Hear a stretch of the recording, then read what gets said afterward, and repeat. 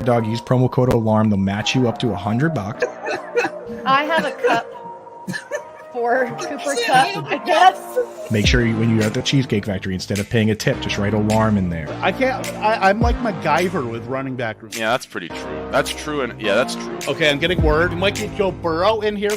Hey, Joe! No, I'm not drafting anyone at all. I'm not going to, so quit asking. I've got information, man.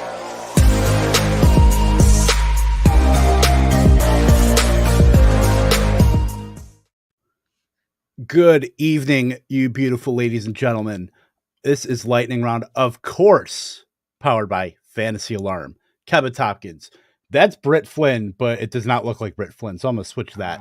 Now that is Britt Flynn. I don't want to get anybody else's hopes up thinking that there was some kind of weird... I thought I was going to be in the Britt Flynn chair today. I've got like weird body snatcher scenario going on. I have to say it did feel even uncomfortable, just even on an internet stream, being in the wrong position.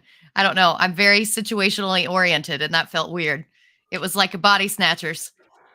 Well, I'll tell you what, dude, when we have 4 people on the stream, I'm the one that has to go down in the bottom right where like all the comments are like over my face. Like Toronto Dave's comment is usually like over my entire face. So being here in the middle where I belong feels good. Just tell me next time, and then we can put me in the corner, and then I won't have to do my lipstick. It'll be great. Nobody puts baby in the corner. Yeah, you just do the makeup from here up. That's all you have to do. And, man, when we were masking, that was the best thing. It cut my routine in half. So I might as well do the same routine when I'm down in that bottom corner. You know what I'm saying? Let us know when you need a day off. We'll switch you down there. We'll start just put like a banner of like a Fig Newton sticker over your face. Like in Talladega Fig Nights. Newton? It's a Talladega That's random. Nights joke. Anyway, so I didn't say Britt Flynn, but since Andrew Cooper talked for about 35 seconds, I will make sure I say also Andrew Cooper. So, guys, thanks for the intro, Kev. Hey, anytime. I mean, it is what it is. You do what you got to do in these streets. But hello, Albert. We got, Toronto Dave. Scampers, I'm sure will be rolling in anytime now. But so we got 2 sets of data points here, week 2. Any initial thoughts here about week 2 heading into week 3? Kind of wrap a bow around that. It was just so crazy. Like, how did only 2 or debatably 3, Coop, because I know that you said Swift went some in the first round in some of your drafts, but 2 or 3 first round draft picks only score like over 10 points. This was insanity. And it's not just a 0 RB, 0 wide receiver situation. Like, it was across the board. Like, Justin Jefferson, what the hell happened? That's my takeaway from week 2. What the hell happened? Right. But I will say for the 0 RB people, week 1 was like perfect. Like, the standings after week 1 was the ADP, right? It was literally like Cooper Kupp, Justin Jefferson, Cooper Kupp, like right down, bing, bang, bang. The only one in the top 6 that didn't go top 5 in fantasy was Michael Pittman. He was also a pretty popular pick, right? So it worked out pretty well for those folks. And my favorite part of week 2, this happens every year, is that like I kind of take note of people that are like, oh, week 1 was terrible. And then this week people are like, oh, week 2 was terrible. And I'm like, it's almost like when we do a draft, we all get different players, right? Like, it's going to be okay. You know what I mean? Like, it's only 2 weeks. I know the sample size has doubled, but your guys, hey, guess what? Week 3, a different group of people are going to be like, this week was terrible. You know what I mean? Like, Stop it. Get some help. Get some help, dude. So you'll be all right. Don't panic. Don't panic drop anybody the way the Damian Pierce drafters did, reaching for him and then dropping him after 1 week. Just relax, okay? Yeah, anytime you can drop a 7th round pick, I mean, I think you got to do it and just completely wildly overreact. But yeah, week 2 is wild. Lots of comebacks, lots of stud wide receivers, sans Jamar Chase, sans Devontae Adams going off. Imagine drafting a running back in the first round, because some tough sledding for the big boys, CMC and Derrick Henry and Dalvin Cook and, Jonathan Taylor. JT, oh, my Lanta. Jonathan Taylor, more like Jonathan Taylor Thomas last week. Every single one of those guys can be fun. I think so too. But it's much more, we're emotional here in fantasy football. Like, that's what we do. We react, we overreact, we sometimes underreact. Oh my God, Craig. Honestly, though, that's another thing. That's another underperforming player. And then to have Arthur Smith come out and say, we don't care about fantasy football. We're just trying to win games. And I'm like, but you're not winning games. So that's not working either. Like, what are you doing? Yeah, exactly, dude. And the thing was, the usage for Kyle Pitts is better this week. But we'll get into all that. Kev, take the ship in the direction it needs to go in. Of course I will. It will with Craig. Do you always do the lightning round, or do we ever get to the lightning square, lightning diamond? I was going to keep this under wraps for a special occasion, but we might be end up doing the lightning rhombus here on Thursday morning. So I guess that's tomorrow. So I guess we're going to get up bright and early and do that, huh? The thunder rhombus. The lightning. We do the lightning round Wednesday night. Then you wake up and do the thunder rhombus in the morning. The calm before the parallelogram. I kind of like that, dude. I like the trapezoid. Well, it's like our group here, equal on all sides, but still, a little wacky, a little different. So. I mean, with the three of us, it is like it's a nice equilateral triangle. That's true. But this is the guy who also brought vodka in a water bottle to his last math exam. I just think we get all the right angles when we have Gary Hat out here. And the square is complete, I would say. So. It is true. This is true. So yeah, I guess we're going to talk about some football here. I mean, that is what we're not paid to do here. So, of course, every strategy session, we do talk about one player or situation that we're excited to see in week 3, a player situation we're nervous about in week 3, and then a question that we want answered about a particular player or situation for the current week. So let's start on a good note. Let's hype our boys up. Britt, one player or situation that you are excited to see in week 3. And yes, circles are infinite, Mr. Scampers. I'm so impressed that a cat knows about math. That's just awesome. Pronounce this one, Britt, while we got you up. Cumulonimbus tetrahedron. Damn. That's a flex. All my cats do is get like poop out of the litter box and bat it around. I'm not even kidding. So Scampers is like way up there on the evolutionary line. He's the cat that's going to take over the world. But I'm super stoked about Miami and Buffalo, right? Like we saw this crazy comeback from Miami against the Ravens, who, understandably and admittedly had a depleted secondary, but this comeback was legendary. And all the haters who say that Tua can't throw a deep ball have been awfully damn quiet this entire week since Sunday. And so now they're going up against not only a division rival, but a division rival with the number 1 offense in the NFL, who, is probably a favorite for the Super Bowl in the AFC across most analyst circle. And it's going to be very interesting to see if Tua can keep up this passing rate.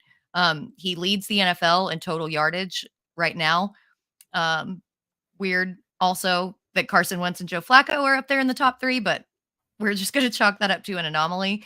But I really think that Tua can sustain this, and I'm pretty excited to see how he does against the Bills. Yeah, I mean, I'll tell you right now, my thoughts on Tua have completely shifted now that I've watched the mirrored video of him throwing right-handed. And I was just like, oh, wait, these aren't weird passes. These are just normal passes, but with the wrong hand. Right. After that, I went down a rabbit hole of watching James Harden shoot shots right-handed. And I was like, James Harden's pretty good too. Huh? This is crazy. My brain, honestly, just anyone that pretends like that's not how it works is lying to themselves, or they're left-handed but even left-handed people, like he's the only left-handed quarterback in the league. And we talk about we're talking like Tim Tebow, Michael Vick, Steve Young. There's not a whole lot of them. Mark Brunell, I think, was left-handed. Not a whole lot of dudes when you think about, 32 teams every year. So it does look weird, but he looks good, man. I'll admit. So I'm excited to see how it goes down moving forward, and if they can keep it rolling, and if they can challenge the Bills. You know what I mean? As a Patriots fan for years, we've been the top dogs. I don't really have a lot of animosity towards any teams except the Jets. Their fans, they drive me nuts. New York is just, there are more of our rivals. So I don't mind seeing the Bills and the Dolphins do okay. I'm kind of interested to see who wins that battle. Yeah, I'm very excited about Tyreek Hill and Jalen Waddle both in this offense getting passes from Tua. I mean, considering you've got two just absolutely elite players, they pretty much had a stranglehold on the entire target distribution last week. Let me pull it up here. 30 combined for 31 targets, 87% of the air yards. Both scored over 40 fantasy points. Both did. Like Hill was wide receiver 2, Waddle was wide receiver 3 in PPR last week. Like that's just mind blowing. Like, and then Mike Gesicki, the clunky ass Mike Gesicki, scored a touchdown, and it is what it is. But and his old man Gritty. That Gritty was bad. I'm not gonna. That Gritty made me racist against white people. Like that Gritty set white people back 100 years. We need someone needs to step up and do a decent Gritty next week just to bail us out, man. That literally put us all in the Great Depression. Did you see he retweeted it on Twitter and he said it looked better in front of the mirror? Which is hilarious. He acknowledged how bad it looked. That's how you deal with that, though. Like that's PR 101. Great job by Mike Gesicki coming out and saying that, dude, because that's how you deal with those. I remember there was a offensive tackle for the Raiders who picked up a fumble and tried to scoot with it, and he got hit and did a full flip. And then he came out and owned it on Twitter and became a star doing that. He goes, he tweeted something like how it's how I thought it would go and then how it went. And it was the perfect juxtaposition of a guy scoring a touchdown and him upside down. So you just got to come out and own those mistakes. Yeah. I love that. That great, dude. So bad. I need to see it. I need to see Scamp. If you can tag me in a post where you can see it 0.25, I need to see that. You could do that on YouTube. If it's on YouTube, I mean, you could definitely do that. But if he tags me, then I won't have to do it myself. That is true. That is a true story. Coop, what about you? One player situation you're excited about for week 3? So I'm excited to see Rashad Bateman in that offense, and Mark Andrews too, honestly, to a certain degree, because I think this is something that goes underreported. I've been trying to get the information out there, but early in the season, you have all these the game scripts can be so drastically different from one team to another, right? Week 1, the Bengals ran 100 snaps in that overtime game. That's more plays in general. You know what I mean? Joe Flacco has thrown the ball 103 times and Justin Fields has thrown it 28. That's how drastically different some of these scripts are. The Ravens led the league last year with 69 plays per game. That led the league. This year, in the first 2 games they've done 56 snaps and 58. And that happens from time to time. A lot of times what people don't realize messes up the game scripts are kick returns for touchdowns, punt returns for touchdowns, defensive touchdowns. Like Britt, how many times last year did your Cowboys have a defensive touchdown that just shortened the number of offensive snaps, right? It was a handful of times. All the time. Yeah, Diggs had a bunch of touchdowns. Tony Pollard ran a kickback. When that happens, Devin Duvernay runs the opening kickback, that's a whole drive that didn't happen, right? Yep. So this team has not yet had, if you were to put it in perspective, right, 69 snaps a game, if you take the 2 games they've had, for them to average out to 69 snaps, the next game would need to be 90 something snaps. So we're in to see a real Ravens offense that's playing a full real game script, and if it's going to be consolidated the way it's been, it's wheels up for Bateman and for Mark Andrews. So I'm excited to see what a real game like that looks like for Rashad Bateman. And Dobbins will be back too, most likely. I mean, he got his, another full practice in today, so he'll likely be in that offense, which will make it a lot more efficient. And, in these first 2 weeks, we've kind of seen Lamar air it out downfield a lot more than he has in the past. The addition of Bateman's going to allow them to sustain drives, take more time off the clock, and run more plays. So, and that'll open up, those bombs to Bateman, those little underneath routes to Andrews. So yeah, I'm totally with you. I want to see all of it. The one thing that I am concerned about is that Lamar was limited with an elbow injury. So I don't know how severe that is, and it worries me slightly, but I mean, it's still so early in the season. I don't care. I just want to see this offense completely out on the field together. Yeah. The thing that kind of glosses over with just the amount of back and forth, I mean, they only dropped back 31 times. Like, Lamar had to be so efficient to be able to get at least Andrews and Bateman to get them to good fantasy days, and they absolutely did. What's going to help, at least in the interim, is, Devin Duvernay doesn't come out of concussion protocol. Isaiah Likely is probably the closest thing to any sort of roadblock for, getting any targets or getting any sort of, chunk plays that Andrews or Bateman won't get. I mean, other than that, it's like the random body of Demarcus Robinson and, the million running backs and Patrick Ricard and all these other guys. So, we talk about, man. He plays so much, bro. He plays so many. He played 37 snaps. He played more snaps than Rashad Bateman last week. Yeah. Yep. What the, like, dude, last year, there were times where he was playing 71% of the snaps. Like, I love being a good fullback, and he's a UMass guy up this way. We don't have a lot of football players from Massachusetts, so cheers to that, but enough with the Patrick Ricard.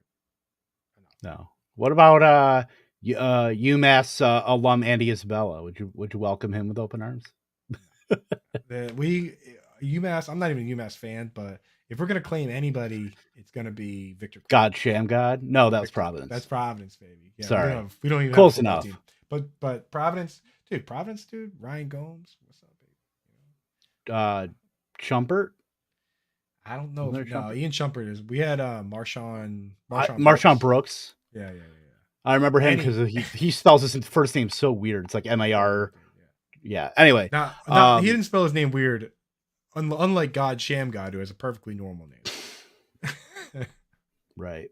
But yeah, when we're talking about condensed offenses, like this is exactly like it is Mark Andrews. It's like it's nerf for nothing. It's Andrews, Bateman, and nothing.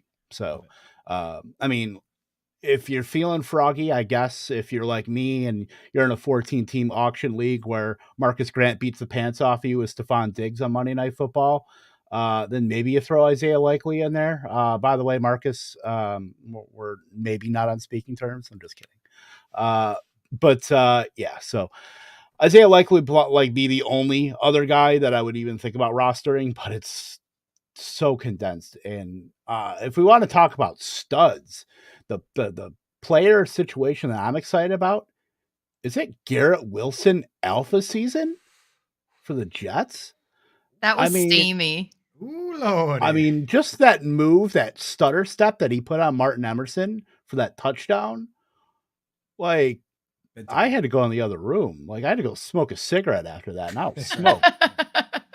Sleeping time for Emerson. Yeah. So, yeah.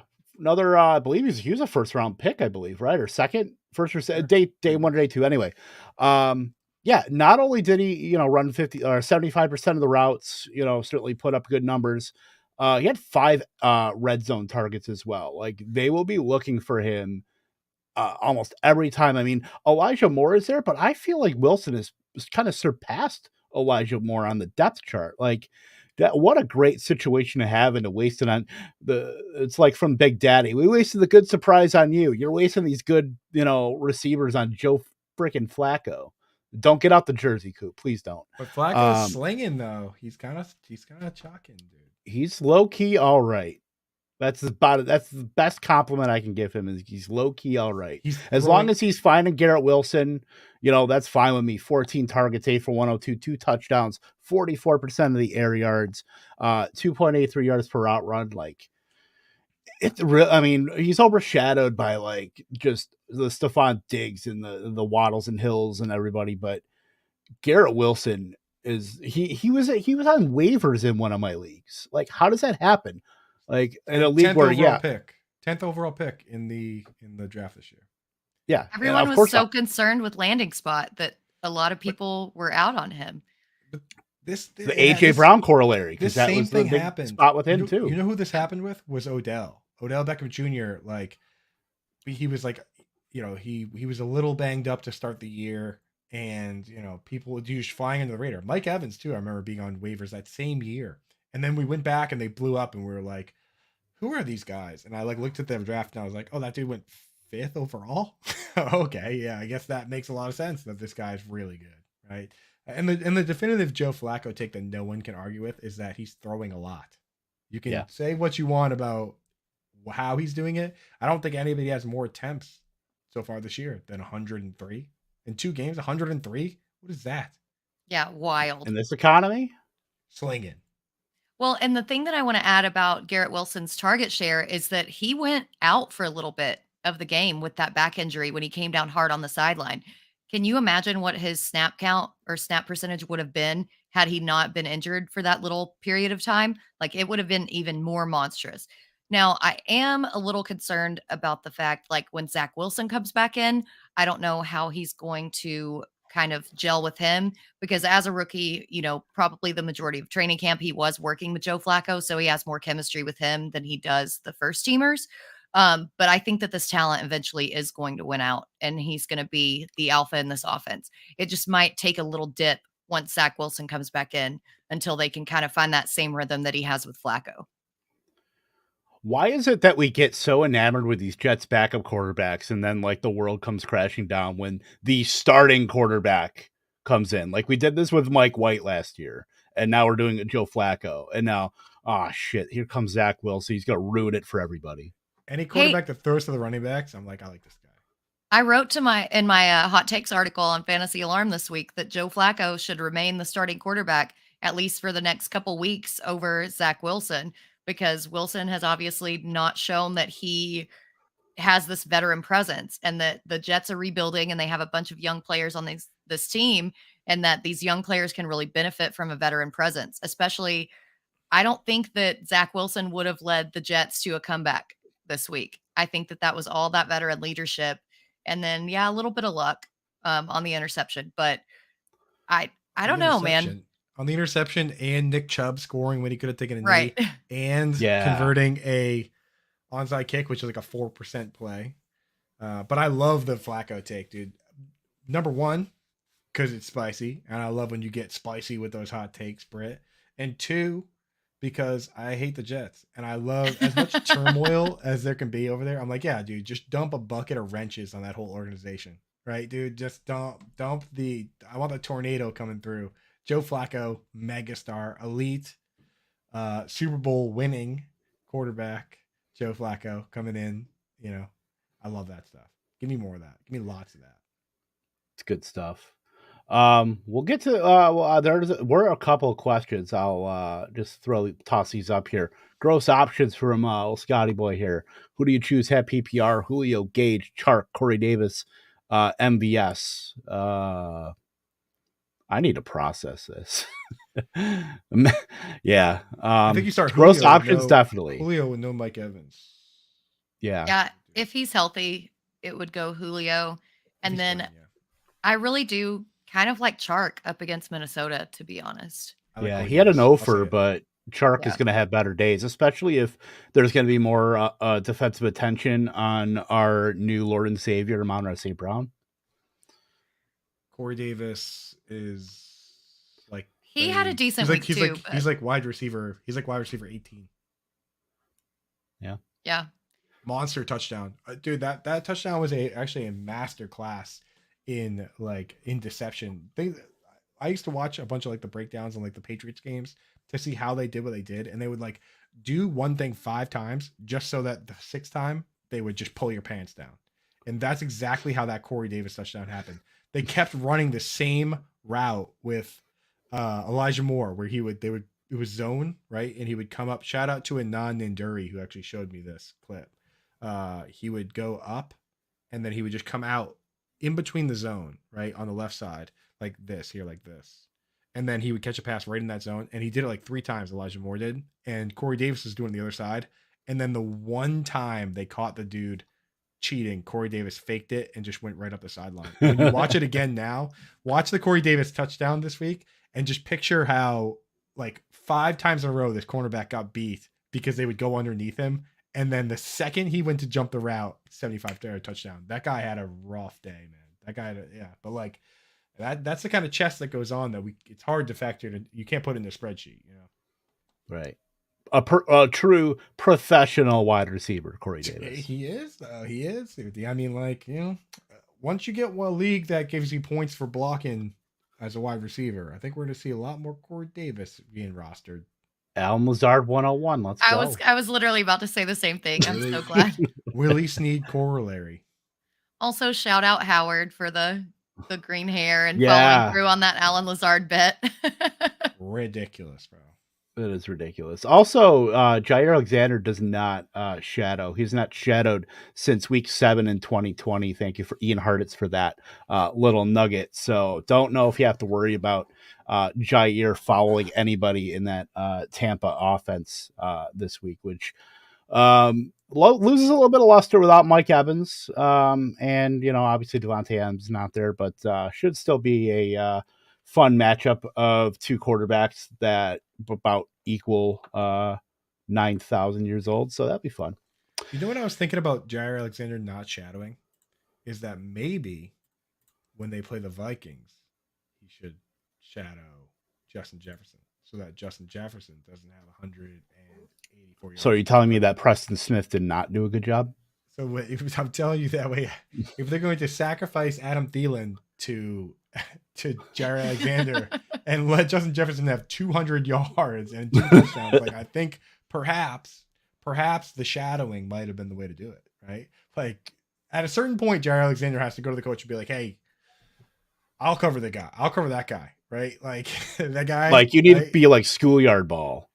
Well, we saw how the shadowing worked with Darius Slay on Monday night. I mean, I was watching the play-by-play because I was switching back and forth between both games because, of course, my little baby Treylon Burks wanted to make sure that he was getting all the targets and catches, and then Tennessee crapped the bed.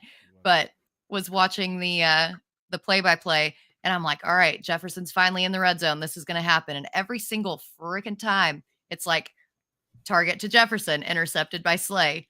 Like that shadow coverage actually worked against him. So maybe they ought to look into it. Funny how that happens, dude. Marshawn Lattimore shadow covered Mike Evans so well that he took him out of this game. This game week. And he took him out of week 2 and week 3. Like, and that's not the first time he's done that. That's why I said it on the show, on the Fantasy Alarm show, like on the FYF Money Show. I was like, dude, there's a real possibility that both these dudes get thrown out of the game, and of course they did, because those guys are children.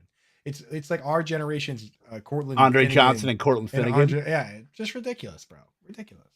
Yeah.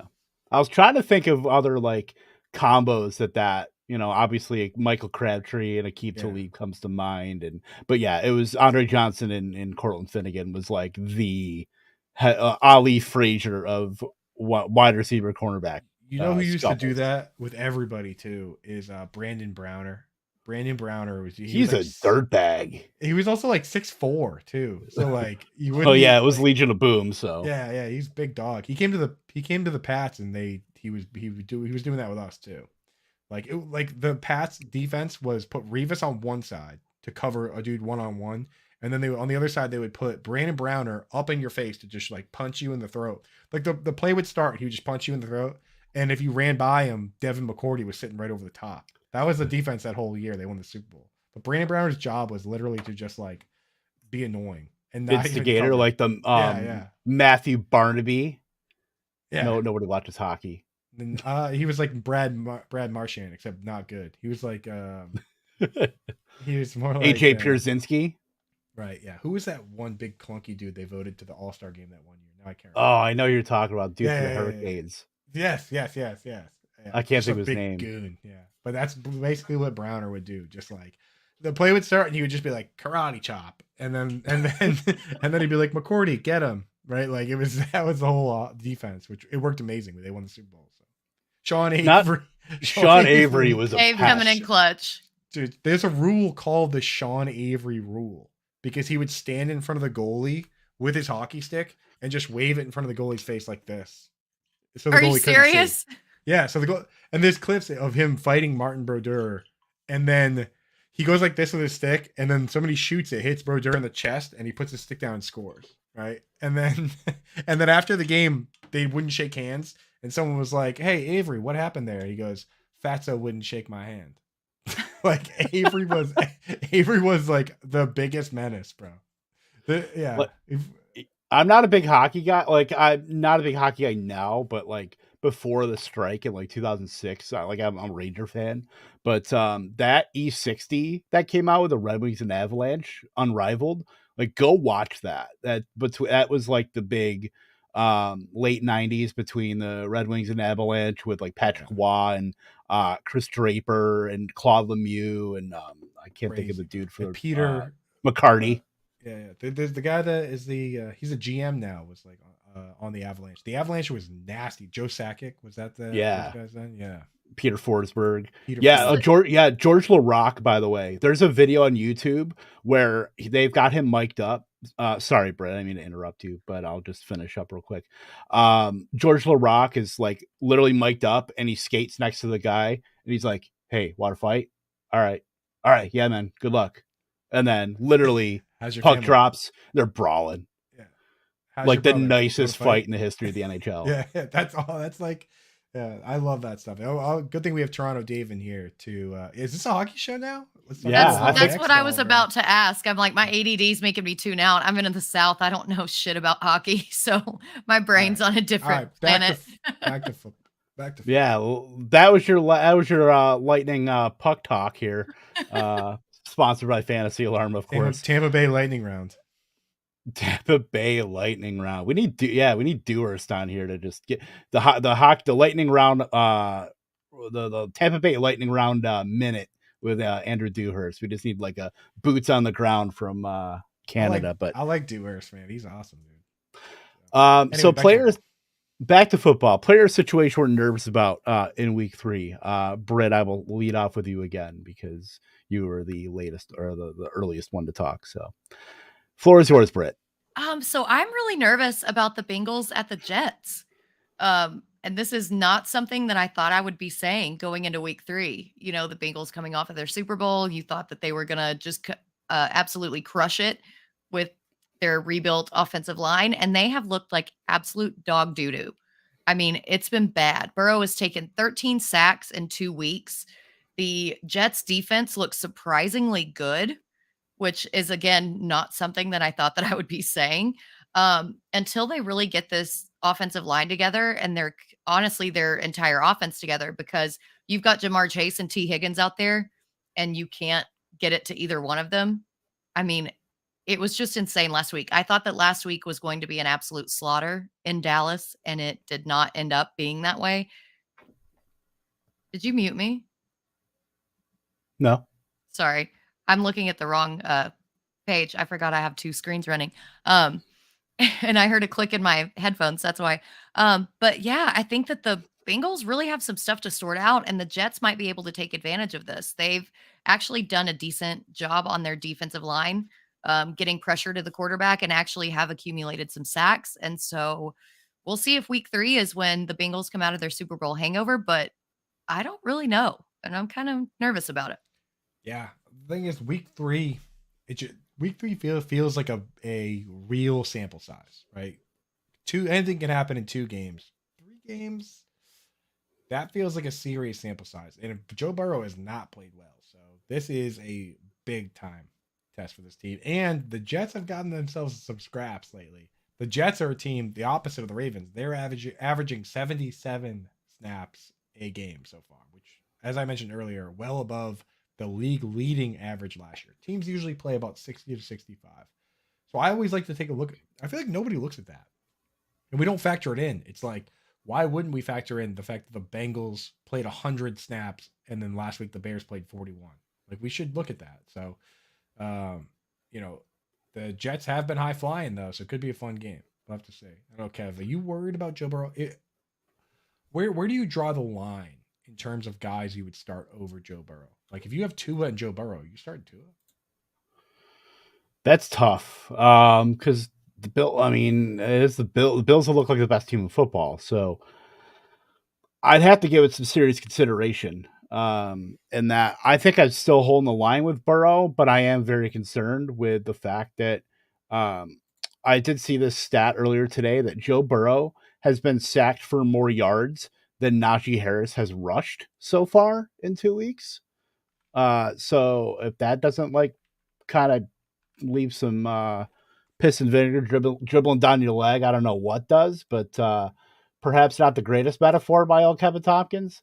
But 13 sacks when you just signed Alex Capel, Al Collins, and Ted Karras. Like, that was supposed to be your upgrade. You know, you're looking at year 4 of Jonah Williams, Jackson Carman, year 2.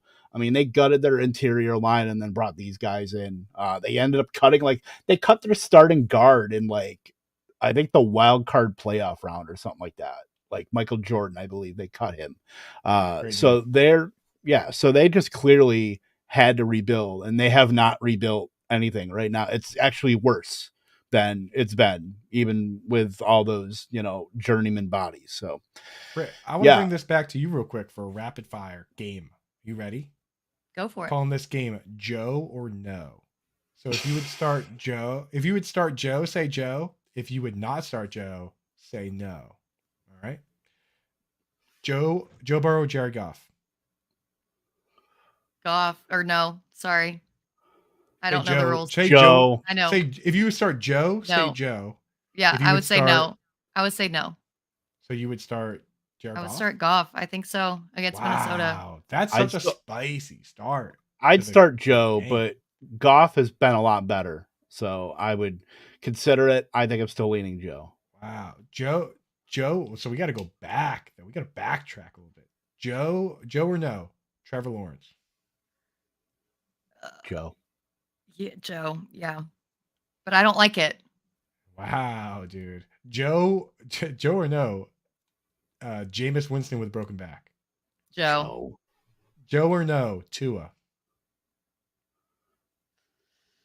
It's so hard. That's what she said. Oh my God, Kevin. Joe. Is it a Joe or is it a no? I think it's Joe, but I'm gonna be real pissed when Tua goes off on my bench. Joe or no? Carson Wentz. Joe. Joe or no? Aaron Rodgers.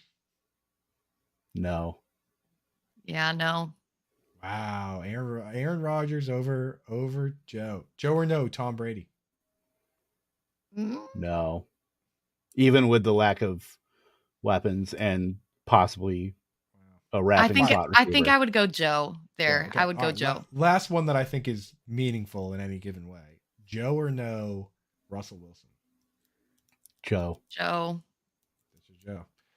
Wow, dude. That was a lot. Joe more Burrow no's. or Joe Flacco? Joe or Joe? Yeah, and you're not, dude. The people in the chat are on your side, Britt, with the Joe or no's, dude. I think this is a no.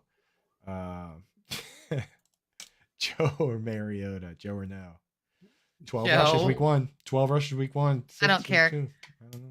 I'm a Mariota hater. I can't. All right. I can't ever. Mariota.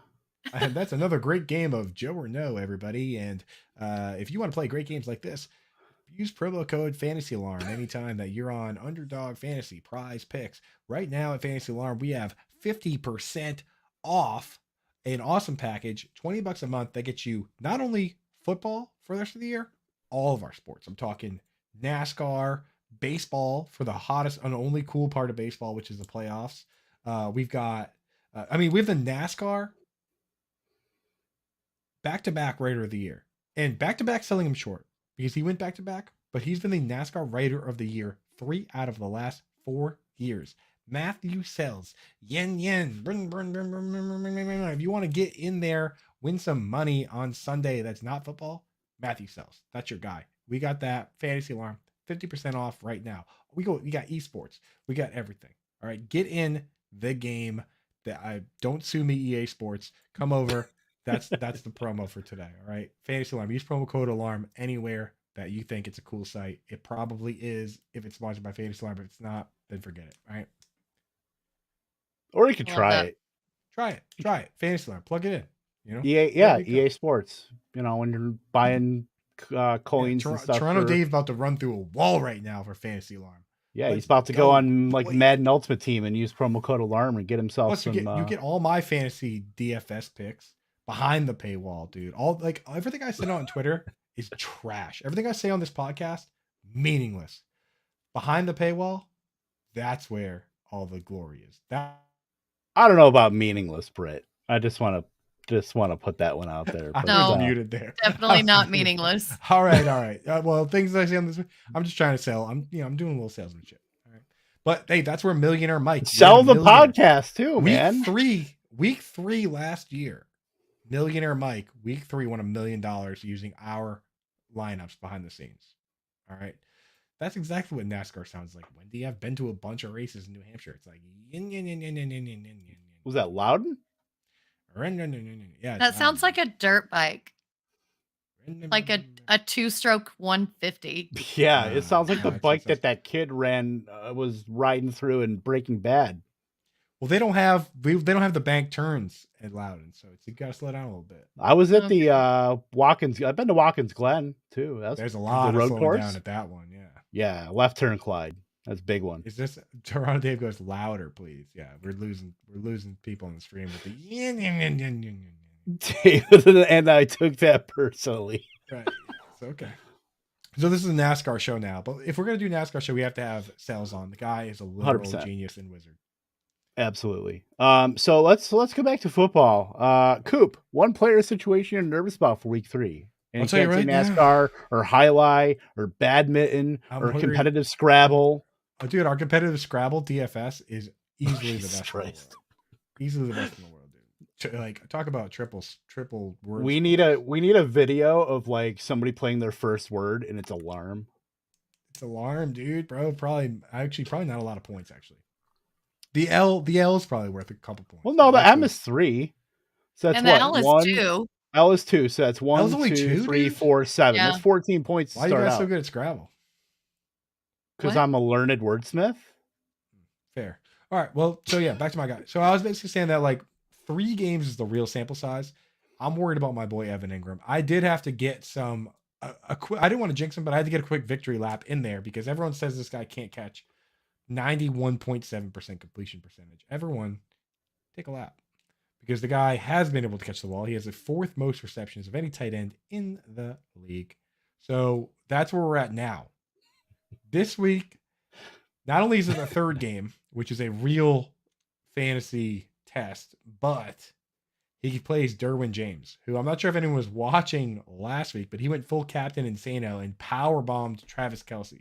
So if he's RKOing Travis Kelce, then Evan Engram might get pretty beat up this week, and I'm just not ready for that disappointment. I'm nervous, but if he plays well this week in this matchup, the sky's the limit, man. The sky's the limit for this player. All he has to do is beat out Zay Jones. So I'm excited to see, but I'm also very nervous. I don't know, you guys. Are you bought in yet? I know you're more bought in than everyone else. And he was tight end 20, so we're already playing with house money a little bit. But I don't know. Are you guys as nervous as I am for Mr. Evan Engram? I'm not. I mean, this week, yes. In the long run, not so much. I really liked that increased target share that he saw last week. They kind of did move away from Zay Jones, thank God, because that was frustrating as hell week 1. I was like, what is happening? And it was good to see that, he has kind of broken this narrative that he can't catch. That, yeah, Captain Insano shows no mercy. No mercy. Perfect. But yeah, so that was encouraging. Like I said, oh my God. That one got me. Kyle, so for our audio listeners, Kyle Pitt's Scrabble tiles be like AAEEEUUU. That's so good. Yeah, I'm crying. It's true. But yeah, it was good to see him shake that narrative that he can't catch balls, and that if he would have caught that touchdown, I think that everything would have been forgotten. But he didn't. There was a little bit of interference that happened and all of that stuff. But this week, yes, I'm nervous. In the long run, not so much. Coop, has Evan Engram thought to just bring a steel folding chair with him to the festivities? I mean, I think that would certainly help him out now, knowing what Kelce went through. I mean, dude, it sounds like it's a cage match, dude. Hopefully, maybe Dan Arnold will come down from the rafters like Sting with his face painted. Pull out like a little black bat, black like baseball bat. That seems to be the only way to take care of Derwin James. I mean, the thing with Derwin James is he's never been bad. He's like defensive Christian McCaffrey. He's never been bad. He's only been hurt, right? Like he would be all pro. I feel like every year so far he's been in the league, but he just gets hurt. And now I think I realize why he gets hurt just after watching him in prime time. Cause I don't like, I watch as many solo games as I can, but you can only watch so many, in the offseason, I throw him on and I just watch him, but like this guy, he's a maniac, bro. He is like flying around like a real menace. So I can see why he gets hurt, but I could also see why he is like people are concerned about him. So I'm concerned this week for Engram. I don't know what are you worried about, Kev? Well, I was actually going to add on with Engram here. Like, I'm fine with Evan Engram. Like, the fact that, he's tight end 12 right now, just around such luminaries as OJ Howard and Taysom Hill, as far as tight end rankings. I myself am tight end 19. So, it really doesn't. Yeah, exactly. Don't start me though. You're in the club. Yeah. But yeah, so Evan Engram, you're already getting return on investment with him. Ran 78 and 84% of the routes last 2 weeks. So I like to think it's Christian Kirk who I will say has made his money and then some so far. It's Christian Kirk, and then are you really counting on Zay Jones or Marvin Jones at this stage to take a leap up? It might be top 2 target season for old Evan Engram. So we know what that means. We do. We thought that ETN was going to eat into it, and so far has been very, very negligible. So that's another positive sign. But if ETN does get going, then a little worried. He hasn't been ETN nothing. He's famished over there. Yeah, my boy Engram's the one eating. My man targets. Travis ETN, he needs to hold a food drive or something. It's like, dude. And the thing is, if you're keeping track of the Engram targets at home the way I have, where I count defensive pass interference, I count defensive holding, where they're cheating, and my man would definitely have caught those passes, 100%. His catch rate's 91.7%. Then I count those targets, and I think that in that case, Evan Engram has 14 targets, which means he's pretty close to Christian Kirk, practically the best tight end in the whole goddamn world. Yeah, I love it. 100%. And yeah, Dave's right. Non-perishables for the Travis Etienne food drive. That might be the new team name, like in one of my leagues, Travis Etienne food drive, because that boy needs to eat. Like, get that boy some hamburger helper and some cream corn. What am I worried about? I am worried about just the totality of the Carolina Panthers. Like, Matt Rule is hell bent on getting fired as soon as he can, based on how he is using Chris McCaffrey, taking him out on obvious passing downs, like for some weird reason. Like, if you want to run him with 91% of snaps, don't take him out so he only runs 67% of routes. Like, just take him out on low, between the, outside the 20s, rushes. Just let Deonta Foreman and Chuba Hubbard and all those guys take care of that. But on the money downs, on the high value stuff, like, Christian McCaffrey should be in on like every single pass play. Like, it doesn't need to be like super telegraphed where it was Jordan Howard and Tariq Cohen style, where you knew when Jordan Howard's in, they're running the ball. When Tariq Cohen was in, they're passing the ball. It doesn't need to be like that. But like Christian McCaffrey, I know the injury thing has been, very, very, very overblown, and he's, still healthy. He's still kicking. It's been 2 weeks. But like, he just needs to be out there. Like, if they're going to have any hope or prayer, he needs to be out there. So, and not only that, but just DJ Moore, they're not using him creatively at all. They're using just random, like Shi Smith, I'm sorry, should not be running like 80% of the routes, like, at all. Like, yep. Robbie Anderson is out there just running around. DJ Moore is just not being used creatively or targeted well. And then Baker Mayfield and Matt Rule, like a match made in heaven, because they are both just actively sabotaging this team. Like, Baker Mayfield has not been good. So I think it's only a matter of time before, you need to place a bet. First head coach fired might be Matt Rule. Unless Cliff Kingsbury wants something to do with that, but yeah, it's very hard to click into DJ Moore and Christian McCaffrey. You have to, for the investment you made in them, but I don't like this at all. Yeah, I was literally screaming again, watching play-by-plays because I've got a million different TVs and stuff on and can't have everything on. But every time they targeted Shy Smith, I was like, why is he in the game? What are you doing? Because I have both shares of McCaffrey and DJ Moore. And I'm like, why are you not using him? And it was just so frustrating.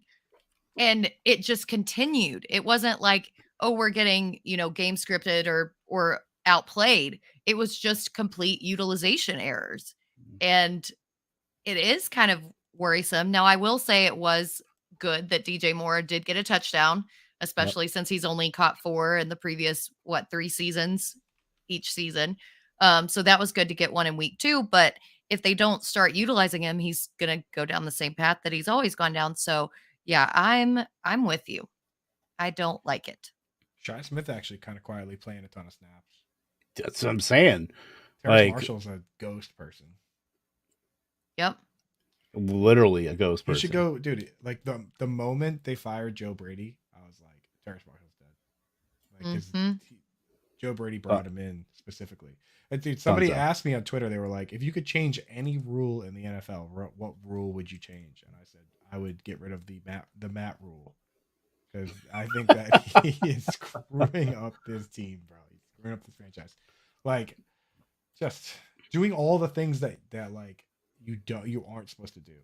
Like, he's like, oh, I coached Robbie Anderson in college at Temple. At Temple, yeah. So why don't we give him $1 billion? Like, why don't we give him $50 million or whatever they gave him, right? It's just like wrong, right? Like, completely backwards. So I don't know, man. Sometimes it works. Sometimes it does not work. I don't think this one works. And the thing is, Matt Rule might come around.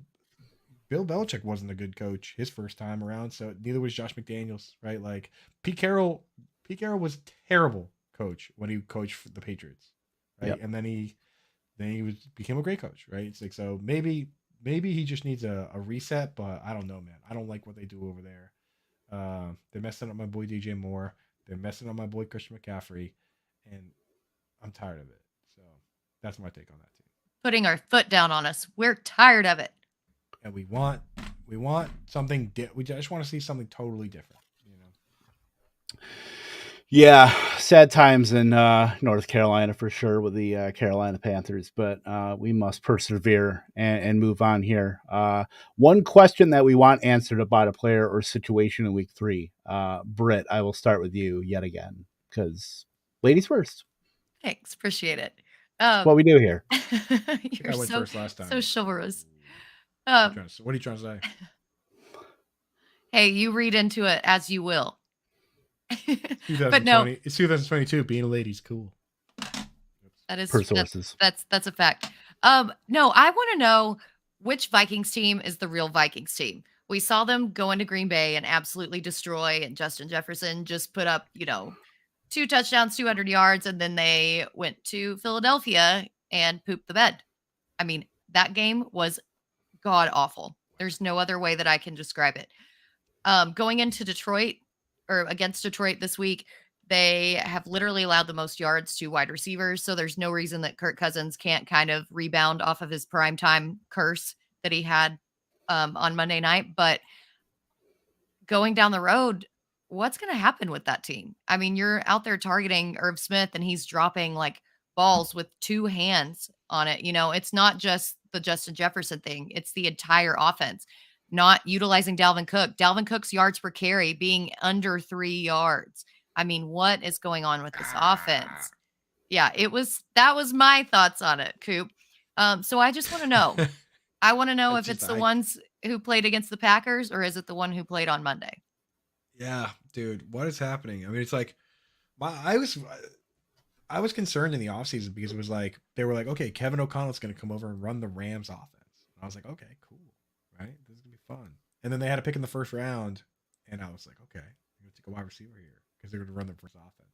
And then they traded it to the Lions, who took a wide receiver. And I was like, no big deal. That guy's hurt anyway. Jamison Williams. They're gonna take a wide receiver here in the second round, right? And they took some like, or at the end of the first, like some like hybrid corner safety. I was like, okay, maybe they're not gonna run that offense.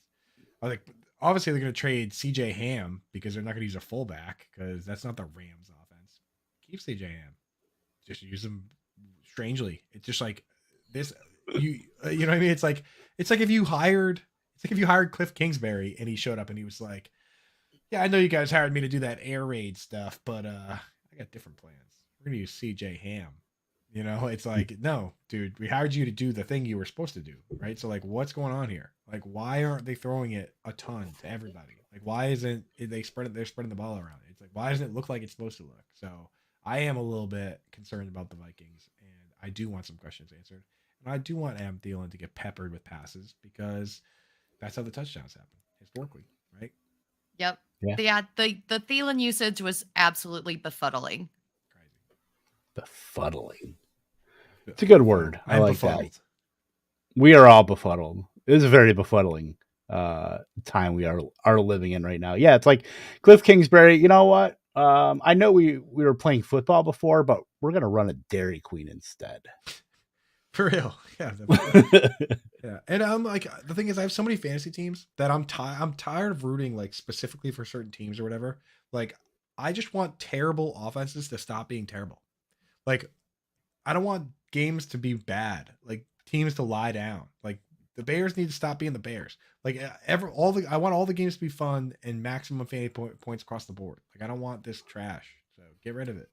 No, get rid of it. Good offenses, bad defenses. That's what we want. Yeah. Oh yeah. Hell yeah. Change the rules so that defenses like can't. There's nothing they can do. You have to play with one hand tied behind your back. That'd be great for fantasy football. Right. Oh, that'd be amazing. Sorry, Marcus Aldous-Scantling still would only Craig and Loop with your IDP leagues. I know, and MVS would still catch only half his passes. The one question that I want answered, like, is Derrick Henry and or the Titans dead? DEAD?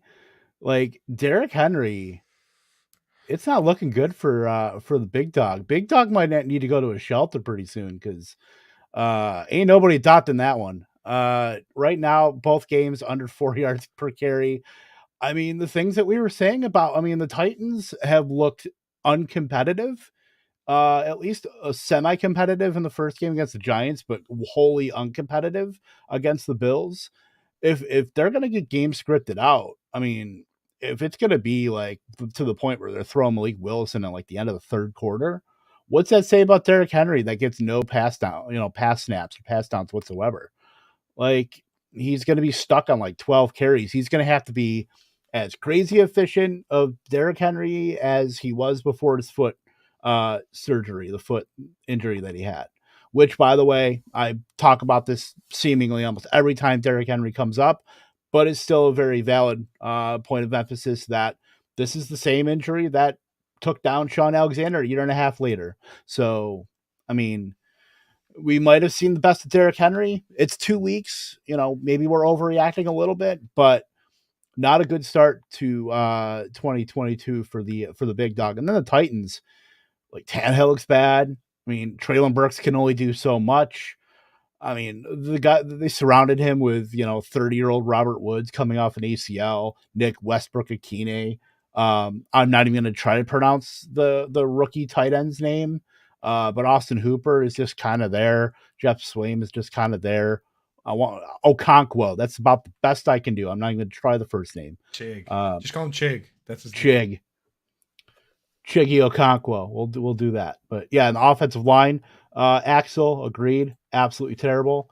Garbage. So it's right now, it's just huck it, chuck it to Treylon Burks. You're pretty much hoping for that. But yeah, that team just looks wholly uncompetitive right now. Derrick Henry is going to be feeling the brunt of that if the Titans are truly a bad, dead team. Yep, 100% agree. I was watching that game and just all of my worst fears came true, basically. I was hoping that they would be able to kind of at least navigate or game script manage enough where they would keep it competitive and still be forced to throw. It wasn't even that. I mean, Tannehill just looked slow as molasses. Derrick Henry looked like he was running out of gas before he even touched the ball. I mean, it was awful. So, yeah. Bro, so that's all I have to say. Before this, I popped on the I was on the Got that? No, I don't I was on the Dynasty Underdog podcast with our boy Steeman Billy Beeman from Okay. the best friends squad there. Super cool dude. Those guys are funny as hell. Check that podcast out when it comes out. But those dudes pointed out some numbers to me that I did not know myself about Treylon Burks and his start here that were pro Treylon Burks, Britt. His yards per route run is 7.85 this week. Totally sustainable yards per route run. His PFF grade, I think he's graded 12th or something like that. And I was like, okay, like let's get this guy some more passes. You know, they have nothing to lose at this point. So I say do it.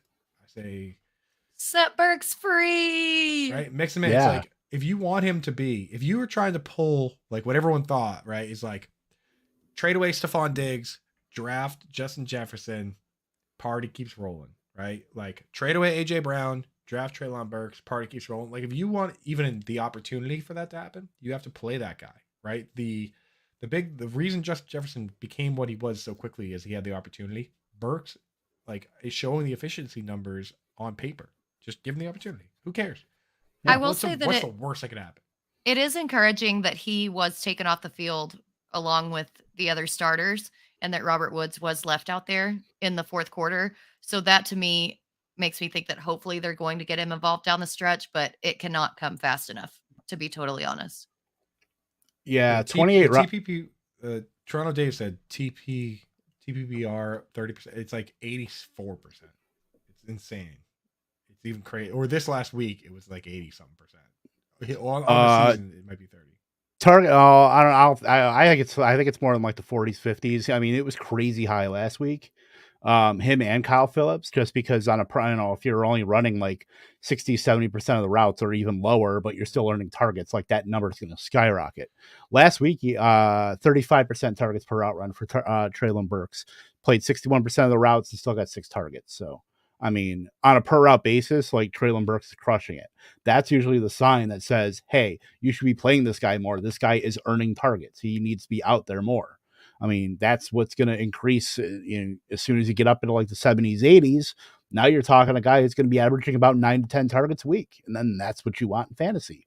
But the way this offense is going, it's going to be so damn inefficient where, yeah, sure. If he ends up getting more routes and runs 9, 10, targets a game, probably only going to catch like 5 for like 40 or 50, which I mean, it's not bad. If he gets in the end zone every so often, that's probably like 12 fantasy points a game, which you're talking like back end wide receiver 3, but we know what Treylon Burks can do. And, some kind of competent quarterbacking will unlock him a little bit more. Like right now, he doesn't have the benefit of having anybody that poses any kind of threat around him. And that's probably the biggest detriment to him right now, is not even just getting on the field. It's that when he does get on the field, if they find out that, okay, he's getting all the targets, maybe he's the one guy that we have to cover, like, because we don't have to really worry about Robert Woods that much. He's a shell of what he was.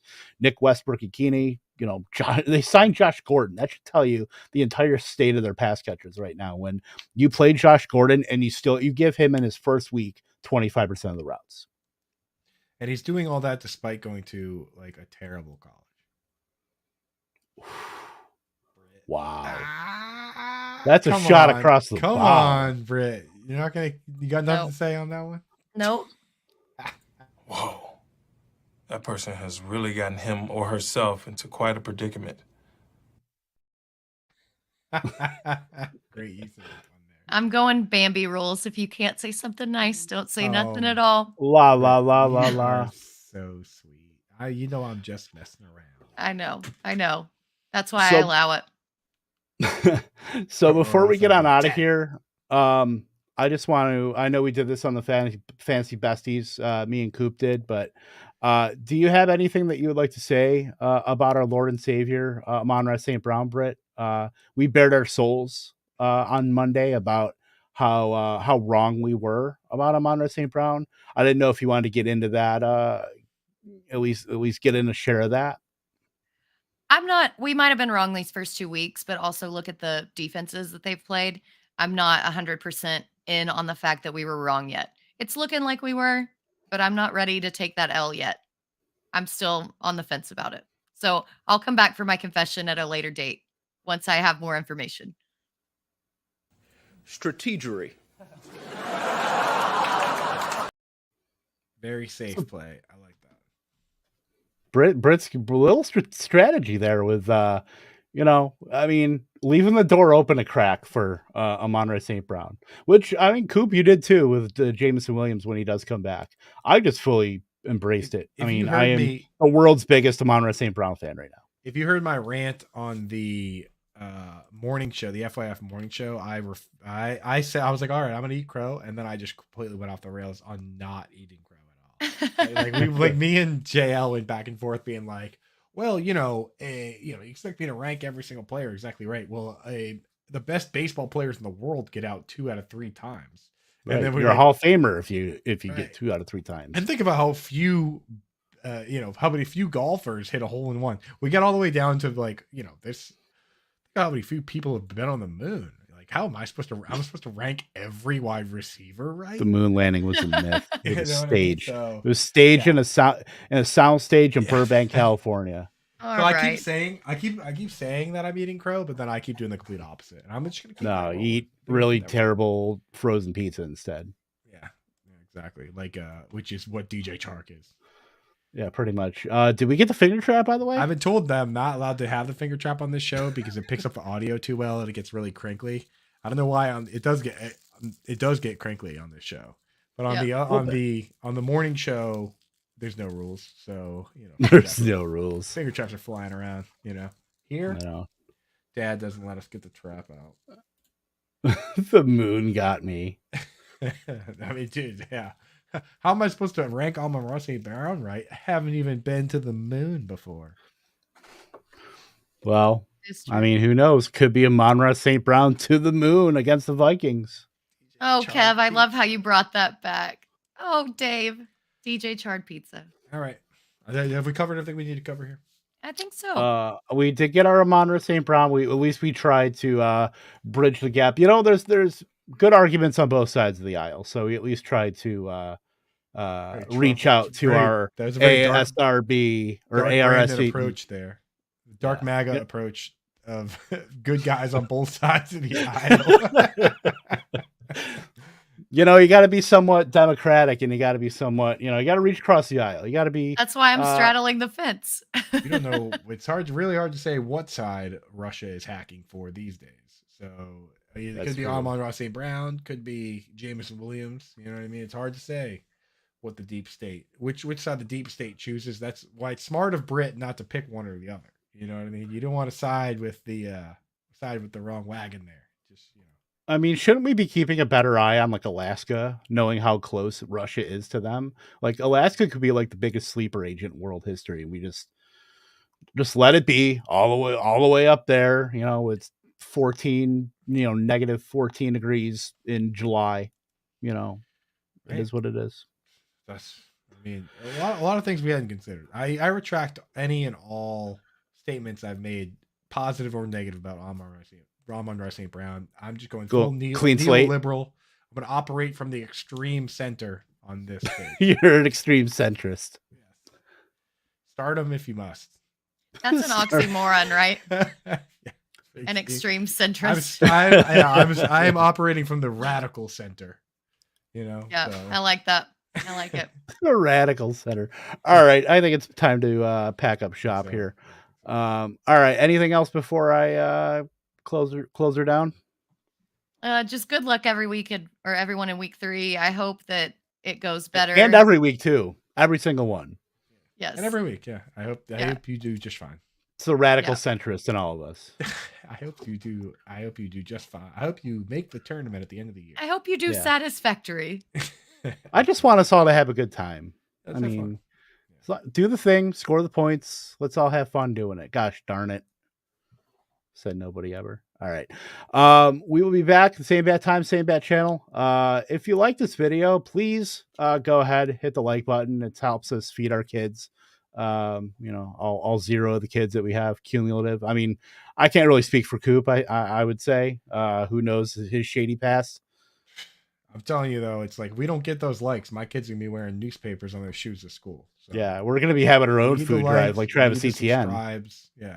Oh my Travis goodness. Etienne food drive, dude. We're gonna be eating like uncooked macaroni and We're gonna be eating meatballs green for giant breakfast like peas. the Amon-Ra St. Brown kids do with their weird dad. Tomato paste. Nobody wants that. Do you want us to eat tomato paste? If not, hit that like button.